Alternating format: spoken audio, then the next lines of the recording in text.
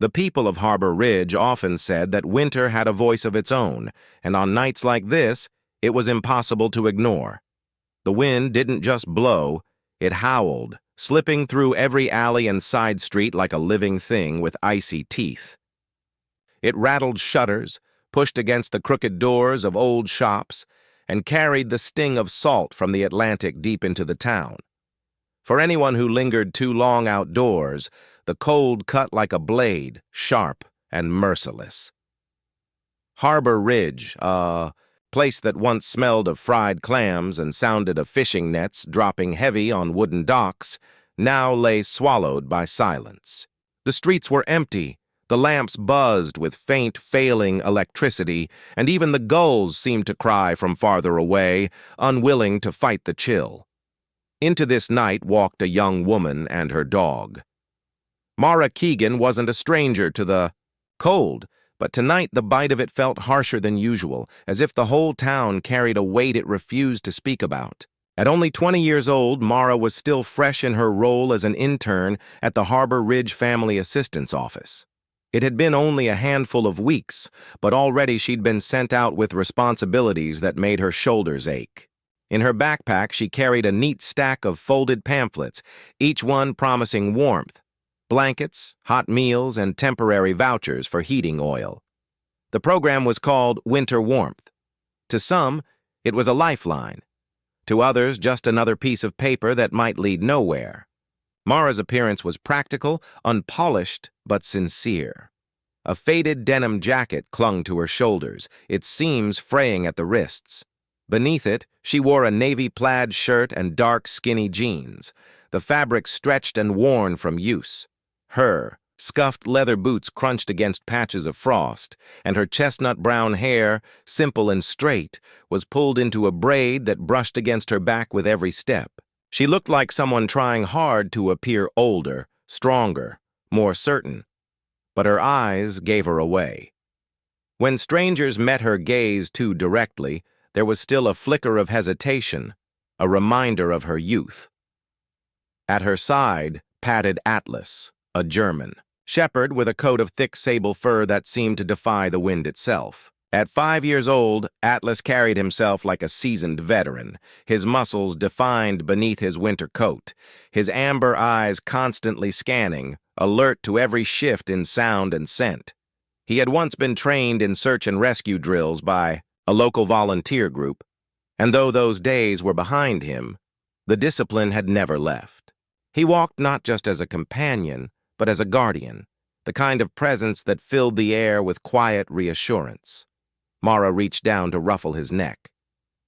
"Just a few more streets," she murmured, slipping another pamphlet under the cracked door of a shuttered hardware store. Her words came out in small clouds against the night air. Atlas's ears twitched, and suddenly his body stilled. His tail stiffened, his nose lifted, and in the next heartbeat, he surged forward, leash taut. Mara stumbled, clutching the strap as her heart jolted. "Atlas! What is it?" The shepherd pulled her down a narrow side street that trailed behind a darkened supermarket. The alley smelled of damp cardboard and old grease. Trash bins lined like sentinels against the brick walls. Atlas's growl rose low and steady, vibrating up through the leash into Mara's hand. He circled a mound of broken-down boxes, sniffing with sharp urgency. And then Mara saw it. Her breath caught. Curled beside the metal side of the dumpster was a child. The girl looked impossibly small, no older than 8, her body folded in on itself as though trying to disappear from the cold. She wore an oversized sweater with one sleeve torn wide at the seam, leggings stained and frayed at the knees, and thin sneakers stiff with damp. Her blonde hair clung in tangled strands to her cheeks, frozen with the night's frost. Her lips were pale, her breathing shallow, and one tiny hand was clenched as if holding something invisible, something long lost. Mara's instincts kicked in before her fear could. She dropped to her knees, shrugging off her denim jacket and wrapping it around the child's trembling frame. "Sweetheart," she whispered, her voice trembling. "Can you hear me?" The girl didn't stir. Atlas whined, pressing his nose to the child's shoulder, then barked sharply into the alley. Once, twice, like a flare cutting the silence. The sound echoed against the brick walls, urgent and commanding. Mara slid her arms beneath the girl, cradling her head and spine with practiced care. She was so light, too light. Hunger had whittled her body down to shadows. With a trembling gasp, Mara hoisted her up, clutching her close as she stumbled back toward the main street. Her phone was in her hand before she even realized it, her frozen fingers fumbling over the screen. 911, she panted, her voice ragged when the dispatcher answered. This is Mara Keegan. I found an unconscious child outside Harbor Mart near the dumpsters. Hypothermia, maybe worse. I'm bringing her straight to Harbor Ridge Medical. Please be ready. The dispatcher's voice came back calm, practiced. Copy that. Emergency team will be alerted. The hospital wasn't far, but each step felt like a marathon. Mara's boots squeaked against the slick floor when she burst through the sliding doors, the sudden rush of heated air hitting her like a wave. Nurses turned at once, eyes wide at the sight of the young intern clutching a limp child. Room 2 now, barked a nurse in navy scrubs, hurrying forward. She was a woman in her late 20s of Korean heritage, her black hair tied neatly into a low ponytail that brushed against her neck. Her name badge read Nina Park, RN, and though her hazel eyes sharpened with clinical focus, there was a gentleness in the way she extended her arms. Give her to me. Mara hesitated, holding on a second longer before surrendering the child. Nina's movements were brisk but soft, tucking the girl onto a gurney, layering a warming blanket over her fragile body. Orders spilled from her lips with practiced rhythm. Temperature 32.8 Celsius, pulse weak, breathing shallow, watch for pneumonia, check for malnutrition. Mara backed against the wall, chest heaving, hands shaking so hard she had to grip the straps of her bag to steady them. Atlas pressed against her legs like a steady rock, eyes fixed on the girl. You did the right thing bringing her here, Nina said without looking away from her patient. What's your name? Mara. Mara Keegan. I'm with HRFA, the Family Assistance Office. My dog, Atlas, he found her. Nina's expression softened just for a heartbeat. Then you both may have saved her life. For the first time since the alley, Mara allowed herself to believe it. Relief trembled through her chest, though it didn't last long, because somewhere deep down, she knew this was only the beginning of something much larger. And later, when the steady hum of machines filled the quiet hospital room, Mara stood, watching as the little girl, Piper, took her first breaths through an oxygen mask, safe for now beneath the sterile lights. Atlas lay at the foot of her bed, his head resting heavy on his paws, his eyes still guarding her as if nothing in the world could reach her again. But for Mara, the weight of the night pressed harder. This wasn't just a chance rescue. The town of Harbor Ridge had secrets, and she had just stumbled right into them. Inside the HRFA building, fluorescent lights buzzed overhead, casting a sickly pallor across desks stacked with paperwork. Behind the reception counter sat Clive Mercer, the office's financial manager in his late 40s. Clive was a man who wore his authority-like armor. His hair, once black, was thinning and combed flat to disguise the bald patch spreading across his crown. His build was sturdy, though softened by years behind a desk. A tailored wool vest strained against his stomach, and his tie was knotted so tightly it seemed to cut off his air, but it was his eyes that left the strongest impressions. Harp calculating the kind that lingered too long on numbers and too briefly on people. Mara approached quietly, her report in hand. Clive didn't notice her. At first, he was leaning over the copiers, snatching up pages from the tray with unusual urgency. His shoulders were tense, his motions hurried. In a way that seemed at odds with his normally composed demeanor, she realized he was gathering up what looked like an entire beneficiary list. He stuffed the stack into a folder and snapped it shut, just as Mara cleared her throat. Mr. Mercer. He looked up sharply, then forced his expression into something more neutral. Keegan. You're early, what? Brings you in. I came to file my report from last night, she said, holding out the folder about the girl. Piper Lane, the name seemed to make him twitch just slightly. He accepted the report with a thin smile. Yes, tragic business, but we'll sort it.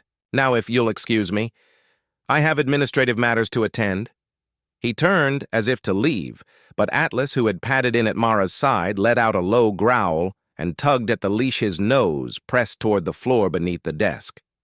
Mara followed his pull and noticed a slip of paper protruding from under the file cabinet dropped in Clive's haste. She bent quickly, pretending to adjust her bootlace, and scooped up the envelope. Inside was a food voucher stamped with the HRFA seal. Across the top was a name that made her blood run cold. Piper Lane, but the address printed below was not Piper's last known location. It was an unfamiliar boarding house across town. Mara slid the envelope into her notebook just as Clive returned. His eyes darted once, to Atlas then back to her, but he said nothing that evening at a crumbling boarding house on the edge of Dockside Sloane. Whitaker stood on the sagging porch with her notepad ready, the landlord a broad-shouldered man in his 50s. With thinning blonde hair and nicotine-stained fingers, leaned against the doorframe with arms crossed. His name was Gary Mullins, and he smelled faintly of stale beer. "You're telling me you've got a tenant named Piper Lane Sloane?" asked her tone deceptively, casual. Gary scratched at his chin eyes sliding away. "That's what the paperwork says, little girl. Wright lives here with her mother." Sloane tilted her head, unimpressed. "Can I see?"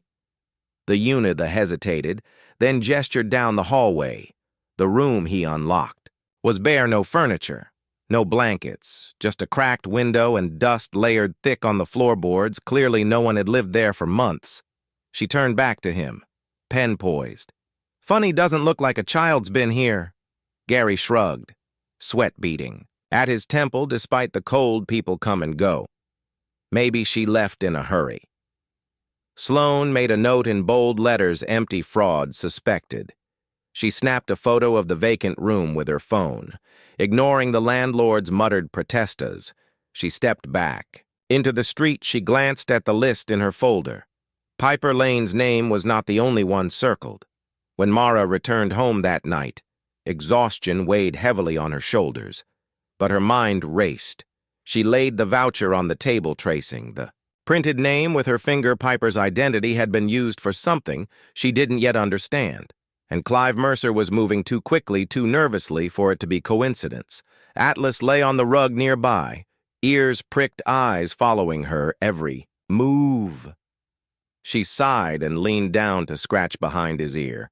"We've stumbled into something bigger." "Haven't we?" The dog answered only with a steady gaze. But Mara felt the truth pressing in. Piper's survival had led them to a trail of shadows. And now she knew the question was no longer just who had hurt the child, but who was profiting from her suffering. The snow had grown heavier by the third day, blanketing Harbor Ridge in a silence broken only by the groan of the sea inside the hospital. Warmth and antiseptic light provided a fragile barrier against the winter. Outside, Piper lay propped on pillows, color returning faintly to her cheeks. She stirred at intervals, now sipping spoonfuls of broth, her small hands no longer icy against the sheets. Mara sat at her bedside, flipping through her notebook filled with hurried scroll. She felt a strange tug of relief. Every time Piper's eyelids fluttered open, a quiet reminder that the child was still fighting. Atlas lay sprawled near the heater vent, his chest rising and falling in steady rhythm, ears pricking whenever nurses passed by.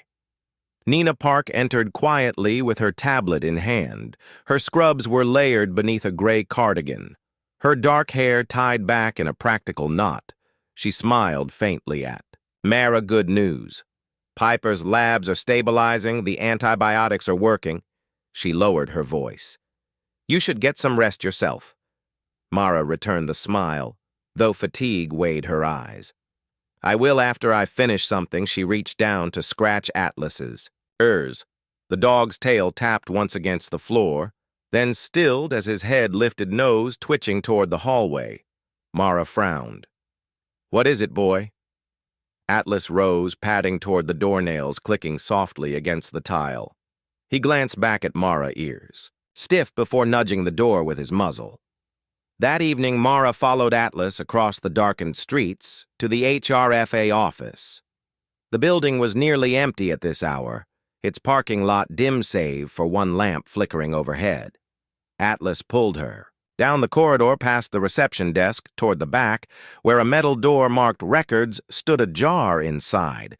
The air smelled of dust and tonneros of filing cabinets loomed, their drawers partially open, folders missing. Atlas circled nose low to the ground before stopping near the corner where cardboard boxes sat stacked. One was overturned empty save for a scatter of staples and paper clips. Mara's pulse quickened. Someone had been here. She hurried to the security desk near the exit and tapped the monitor. Grainy footage from the previous night filled the screen. A man tall and broad-shouldered, wearing a dark parka, lugging 2 heavy boxes out of the archive. He moved with practiced speed as though he had done this before. The camera caught one clear detail, the license plate of the van he loaded. Mara scribbled the numbers down. Her hands trembling slightly the next morning, Mara brought the footage to her supervisor, a weary man in his 50s named Graham Hollis. His thinning gray hair was combed carefully, though his tie was loose and his eyes held the kind of fatigue that came from years of paperwork rather than field work. She placed the note on his desk. Someone cleared out records last night. This plate belongs to a van. It's tied to. Hollis barely looked at the paper. He rubbed his temple instead. Keegan, you're a trainee. Don't go chasing shadows if files are missing. It's probably misfiled or sent to storage. Let the system handle itself. Mara bit her tongue, anger flaring with, respects her children are living in the cold because the system is broken. If we don't push... He cut her off with a tired sigh. Enough, file your reports and leave the rest alone. She stepped back, pulse racing. Atlas gave a low growl that seemed to echo, her frustration refusing to let it drop. Mara searched the plate herself, leaning on an old contact at the town's records office. The answer came quickly. The van belonged to North Point Accounting Services, a firm contracted by HRF A4 Audits. And bookkeeping, that was no coincidence. She opened her phone, hesitating only a moment before dialing the county's whistleblower hotline. Her voice steadied as she recounted what she had seen. The voucher, the erased archives, the license plate. Hours later, received a call back from a man whose voice carried the crisp authority of someone who thrived on order. Elliot Barnes, county financial investigator, was in his early 40s with a reputation for relentless detail. His short-cropped, dark hair was flecked with silver, his navy suit pressed without a crease. Known for his sharp eyes behind rectangular glasses, he was methodical, rarely showing emotion, but his record spoke of someone who pursued fraud cases until there was nothing left to hide. You've done the right thing. Miss Keegan, he told her firmly. I'll be taking this further. Don't confront anyone directly. Leave that to me. Mara exhaled for the first time in hours. Thank you. Atlas, sitting close, thumped his tail against the floor as though approving. The handover else, where in Harbor Ridge, Sloan, Whitaker had arranged to meet a source in the shadows of a half-empty parking lot. The snow had slowed to a mist, the glow of the lamppost casting her breath in silver clouds. She tugged her scarf higher, her notepad ready. A figure approached, a man in his 30s, lanky, his beanie pulled low over unshaven cheeks. His hands fidgeted with a lighter he never sparked. I saw something, he muttered, eyes darting 2 nights ago. Your Mr. Mercer Clive was meeting with Mullins. The boarding house guy handed him an envelope right out there by the truck. Sloane's pen stilled. You're certain? The man nodded quickly, didn't want to get close, but I snapped a picture blurry. But you can see enough. He showed her the photo. On his phone, grainy though it was, the shape was unmistakable. Clive Mercer's bulky frame arm extended with a pale envelope, and Gary Mullins leaning forward to take it. Sloane's heart kicked. She had the thread she needed. "Keep your name out of this," she told him quietly. "I'll make sure the story gets told." The man slipped away into the night, leaving her alone beneath the streetlight. She stared at the photo once more, the weight of it pressing into her chest. This wasn't just a rumor anymore that night.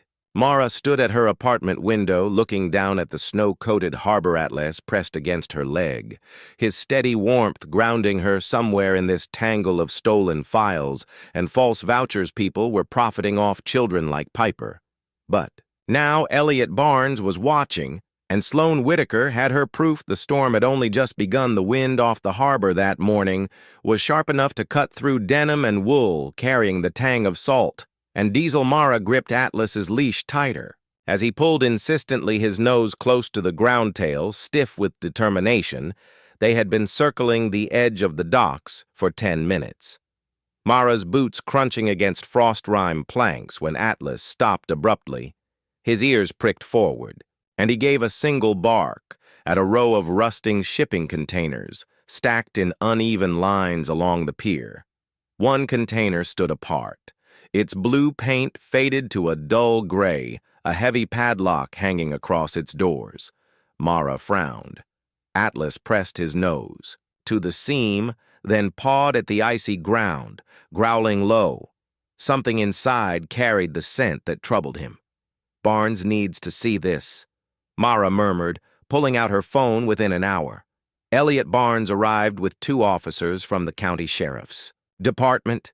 He looked exactly as he had sounded over the phone, precise, brisk, not easily shaken. His dark overcoat hung perfectly pressed, despite the damp, his gloved hands holding a leather portfolio.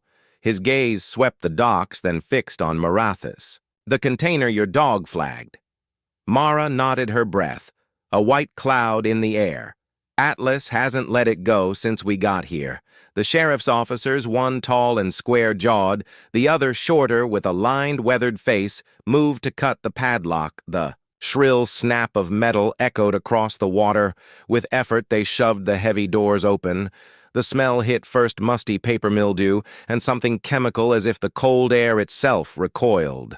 Stacked inside were plastic tubs and boxes, some carelessly draped with thin blankets. At first glance, it looked like a storage site for relief supplies, but when Elliot tugged one blanket aside, the truth was revealed. Inside the box were folders bulging with forms, rows of EBT cards with names scratched onto, masking tape, and lists of beneficiaries.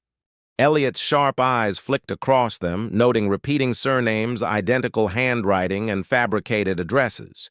He lifted a sheet into the light. Duplicate identities, false accounts, entire families invented to siphon funds. Mara felt her stomach turn. Clive Owen of the officers pulled out another box. Inside were vouchers already stamped and signed, ready to be funneled out.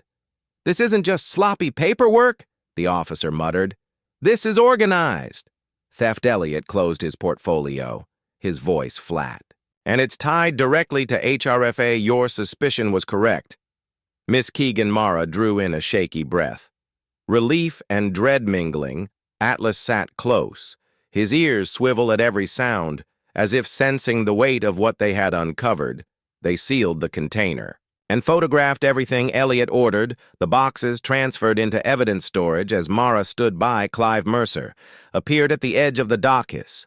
Breath steamed in the cold as he strode toward her, his heavy coat buttoned tight. "Mara Keegan." His tone was measured but edged with venom. "I hear you've been very busy." Mara stiffened. "Doing my job." Clive's eyes narrowed, glinting like shards of dark glass. "Your job is what I assign. Do you think being a wide-eyed trainee gives you authority? If you don't drop this obsession, consider your internship over and don't expect references." Atlas stepped forward with a growl, teeth flashing in the pale morning light. Clive froze, pulling back instinctively, though he forced a smile.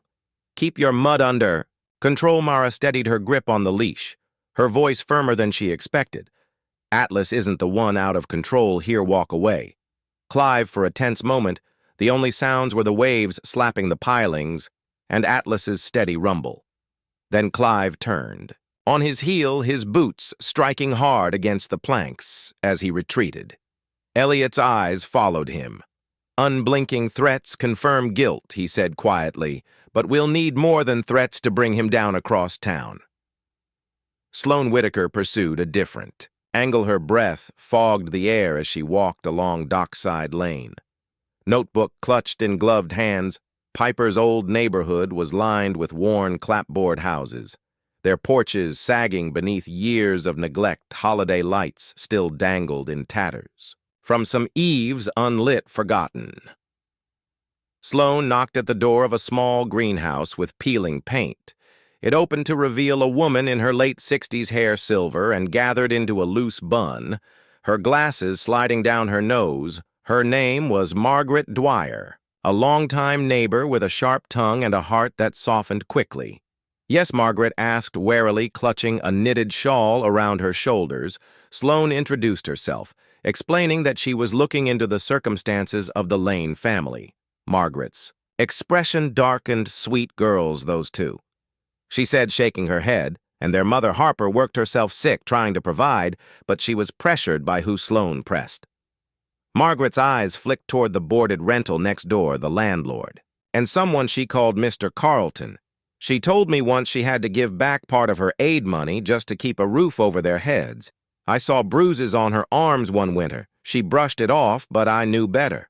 Sloane's pen scratched furiously. "Did you ever report it?" "I called the non-emergency line once an officer came, but by then Carlton was gone after that." Harper stopped answering her door. Margaret's voice trembled with frustration. They were abandoned by the very system that promised to help. Later, Sloane spoke with another neighbor. Thomas Reed, a retired dock worker with a weather-beaten face and a limp from years of heavy labor. He remembered Harper Lane as kind but cornered. "She told me once that if she didn't pay half her voucher back in cash, she and the girls would be out on the street." Thomas recalled, grimly said it was better to live with mold than not to live anywhere at all. These testimonies filled Sloane's notebook with raw detail, human evidence of exploitation that paperwork alone couldn't convey. She could already picture the story's opening line. The children of Harbor Ridge were betrayed not by strangers, but by those sworn to protect them as night fell. Mara sat at her small kitchen table, Atlas stretched. Across her feet, she stared at the voucher with Piper's name now sealed in an evidence envelope and thought of Clive's threat at the dock. Fear pricked at her, but beneath it was something fiercer, a refusal to look away on the other side of town. Sloane pinned her photographs and notes to the board above her desk, the image of Clive exchanging an envelope, the testimonies of neighbors, the empty tracks of Dockside Lane. They formed a picture of rot that was no longer hidden. And at the sheriff's evidence room, Elliot Barnes examined the forged records with clinical focus, already drafting warrants in his mind. The case was building piece by piece, but the players knew now that the game was on. The courthouse of Harbor Ridge, usually quiet, except for the shuffle of paperwork and the occasional small claims, dispute throbbed with a rare tension that morning. Snowflakes fell in lazy spirals outside, clinging to the stone steps as townspeople filed into the chamber. The air inside was thick with curiosity and unease. Everyone knew this hearing wasn't just about stolen money. It was about whether the town could still trust the system meant to protect its most vulnerable. Mara sat on a wooden bench near the front. Atlas stretched obediently at her feet. German Shepherd's steady presence grounded her, though her hands still tightened around the edges of her notebook. She glanced toward Piper, who sat with a guardian ad litem appointed by the court, a woman with kind eyes and a voice that soothed every time. Piper shifted nervously in her chair. Piper's sweater was clean now, her hair brushed and tied in a neat braid, but the pallor of illness lingered faintly on her cheeks. Elliot Barnes stood near the prosecution's table, his navy suit immaculate. As always, he shuffled a stack of documents and financial charts. his rectangular glasses catching the overhead lights. His calm demeanor masked the intensity of his preparation. He had spent nights poring over ledgers building the map of deceit that led straight to Clive Mercer. When the bailiff called for order, the prosecutor rose Angela Moreno. The assistant district attorney was a woman in her mid-30s with sleek black hair cut to her shoulders and a voice that commanded the room without shouting her. Reputation in the county was one of precision and grit. She had a talent for making complex fraud cases accessible to everyday citizens on a jury. She gestured toward the defendant's table. The state calls Clive Mercer. Clive entered, flanked by his attorney. He looked smaller than Mara remembered, though his shoulders still carried the defiance of someone unwilling to yield. His thinning hair was combed flat, but sweat gleamed at his temple. The expensive vest he wore couldn't disguise the unease in his darting eyes. He sat heavily, jaw tight, while his attorney whispered frantically in his ear. Angela's first witness was Piper.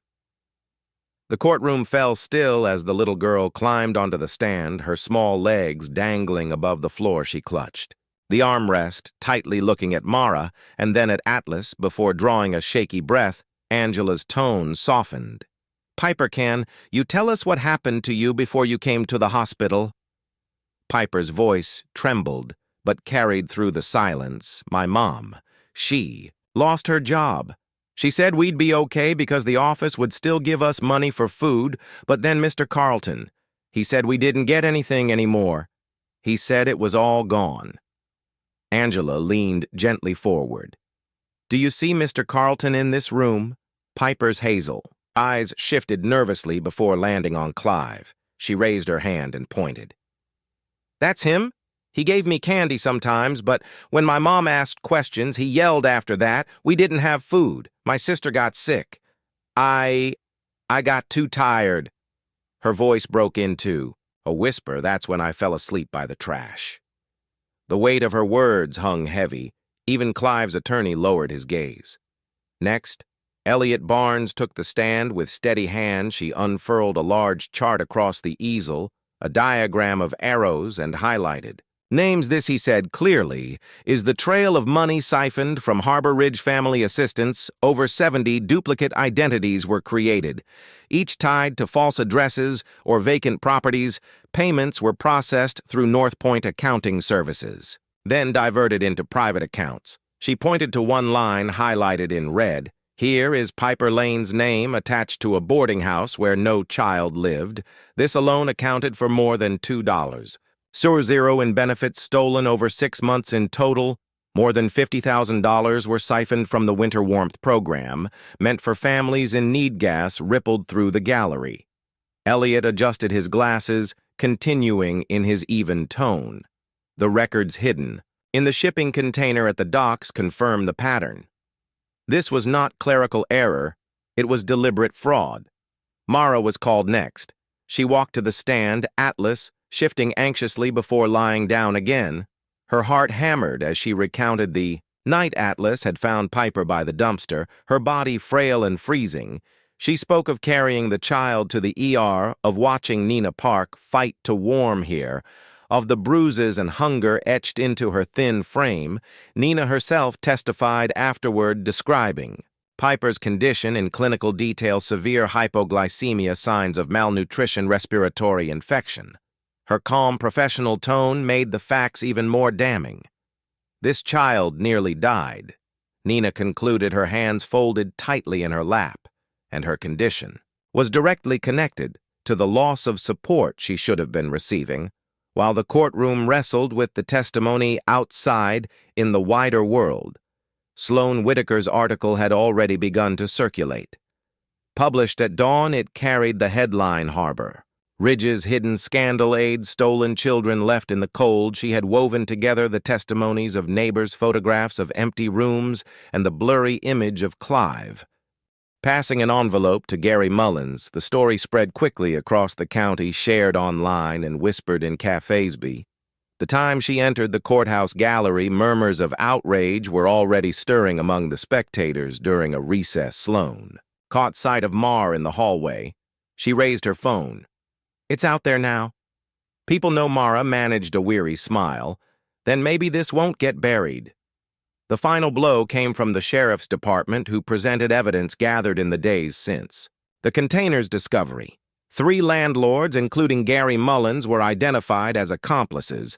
Each had signed fraudulent tenant records, splitting the proceeds, with Clive confronted with the evidence 2 had confessed their plea deals, requiring restitution of tens of thousands of dollars. Angela Moreno summarized for the court, her voice ringing clear. This case is not merely about stolen money. It is about stolen dignity, stolen safety, stolen childhoods. The defendant, Clive Mercer, used his position of trust to exploit families already living on the edge. And children like Piper Lane nearly paid with their lives. By the end of the day, the magistrate signed the order for Clive's detention pending trial. He was LED from the courtroom in handcuffs, his head bowed, though his jaw remained clenched in defiance. The sight drew murmurs from the gallery, some of anger, some of relief. Piper sat quietly on the bench afterward.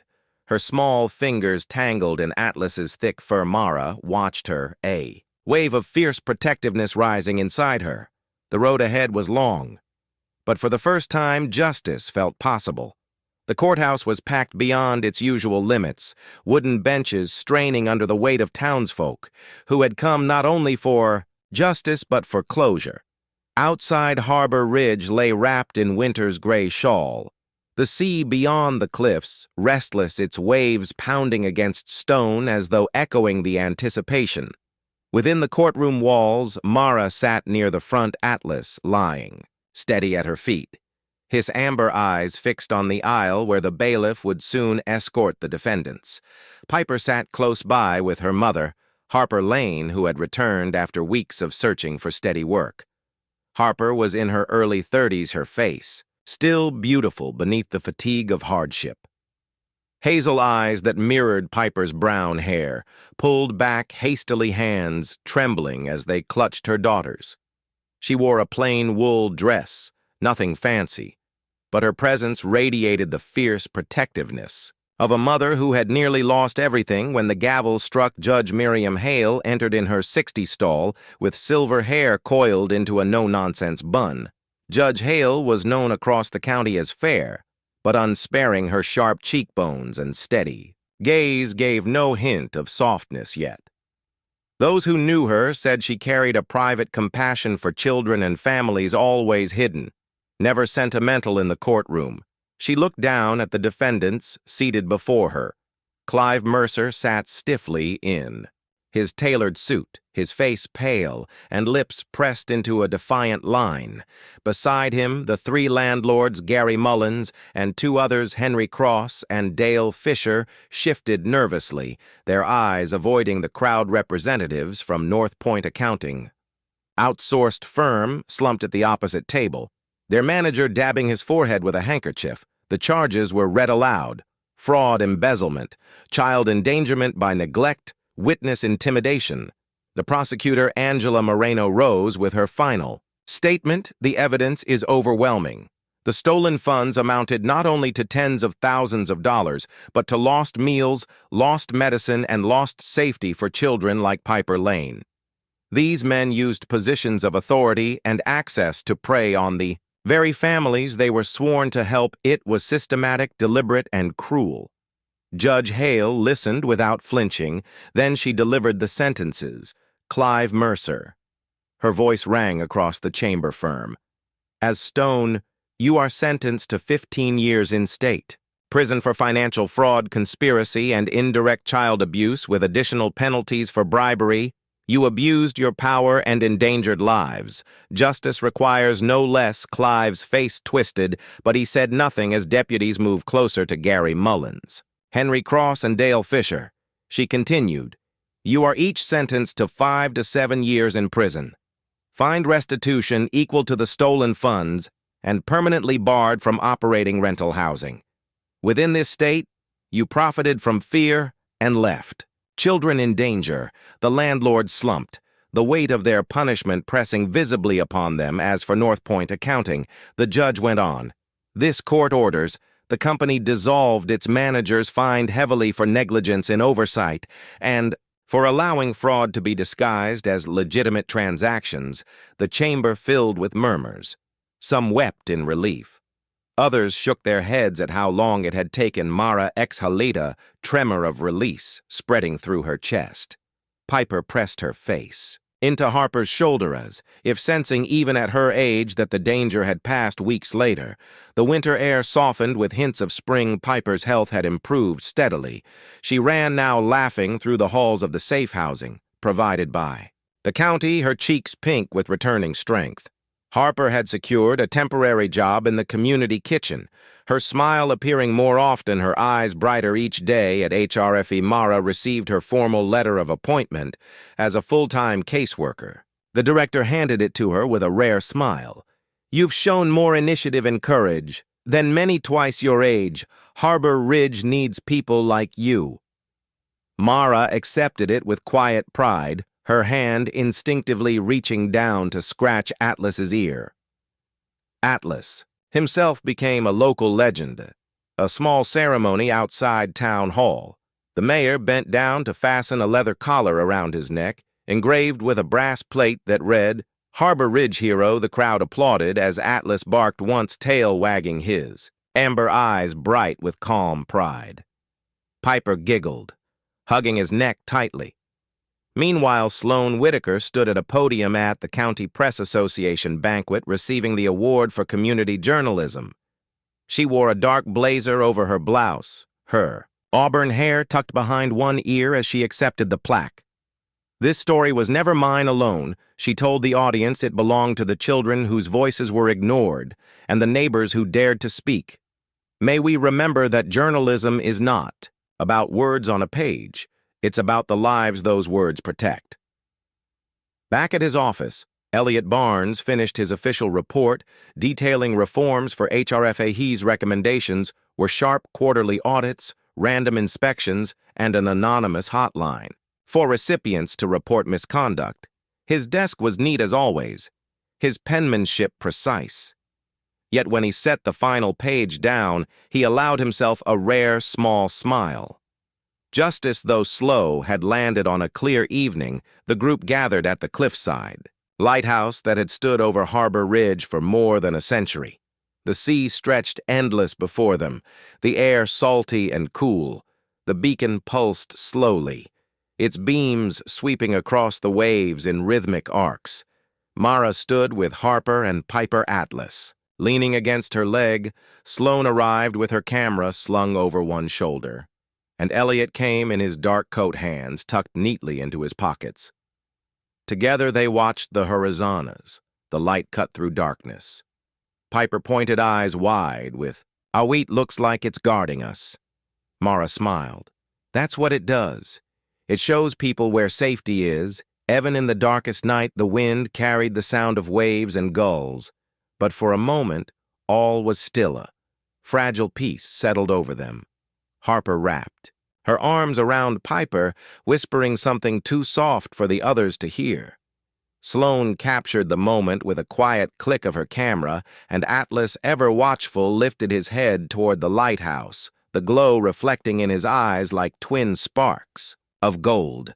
The beam swept once more across the harbor, a promise of protection and renewal for Harbor Ridge, for Piper.